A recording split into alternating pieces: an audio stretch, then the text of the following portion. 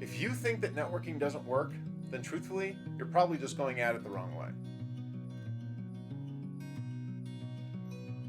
Hi folks, I'm Ian Campbell, I'm CEO of Mission Suite, and today I'm going to talk about the single biggest misconception that I hear people talk about when they talk about networking. Now, before I do, make sure to go down and subscribe to my channel and ring the bell to be alerted to new videos when we load them up. And then stick around to the end of the video and I'll share with you the top 3 things that I do to make sure that my networking efforts are successful in developing new business. So I know I alluded to this at the top of the video, but the biggest misconception that I hear about networking is that it just doesn't work.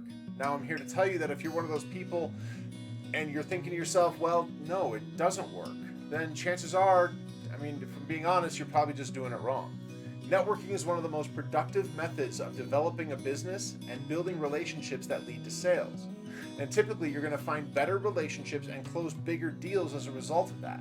And the best part about it is that once you've developed those relationships, you're going to be able to tap into them for years to come, and they're going to help you be able to find new business. But here's the thing, you have to develop the relationships. If you're one of those people that just goes to networking events to try to find new customers and new clients, then you're really just creating your own self-fulfilling prophecy, and networking is never going to work for you the way that you want it to.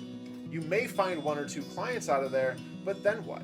We've all seen that person that just shows up at a networking event and trying to get a client, or worse, the one that's just tossing around their business card, not actually talking to people. We all try to avoid them, and you don't want to be that person, right? Now, everyone that I've talked to who says that networking doesn't work is one of those people, the ones that are really going about it the wrong way. And if you're one of those folks that are just doing that, think through it for a second, because you're not going to find a lot of those people in those groups, and you're always going to be disappointed. Now, once you burn through the different people who might be good clients for you in the events or the organizations that you're involved in, then what do? Is that really all the group was good for?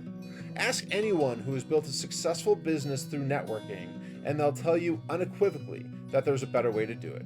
Focus on relationships, not on sales. You can make networking work for you, but you've got to change your mindset about networking. If you focus on building relationships with the people that you meet at networking events, you'll find that you can get a lot more meetings from them. And then meetings lead to relationships, relationships lead to business, and even better than that, relationships lead to referral business.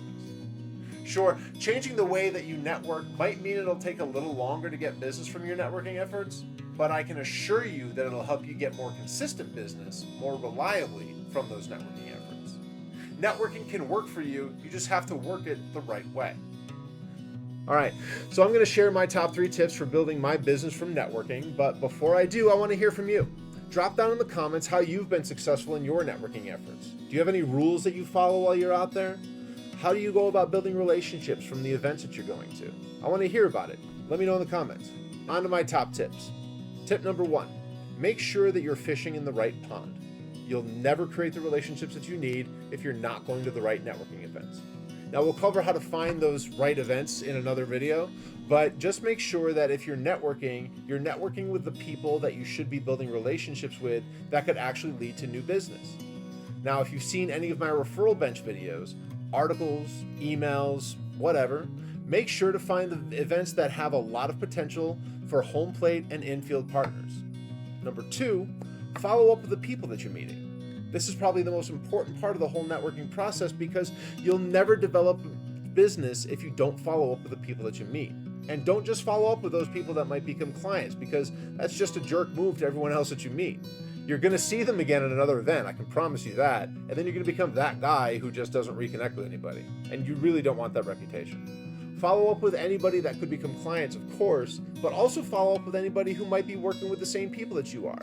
Again, those home plate and infield partnerships are the relationships that really lead to long-term success. And finally, number 3, keep in touch. If you've seen any of my other content, you know how important this is to me. You need to meet with people consistently to solidify the relationship that you have with them and to make sure that you're top of mind when they hear about someone who needs your services. Don't just meet with those valuable connections one time. Meet with them every few months, every 6 months, every 6 weeks. But you need to do that to help solidify your relationships, and it's going to help you cull your list to only find the ones that want to build a relationship with you too. I want to hear from you. And if you got something out of this video, Give it a like, subscribe to our channel, and of course, hit the bell to be notified when new videos go live. And I'll see you in the next episode. Have a great night. Cheers.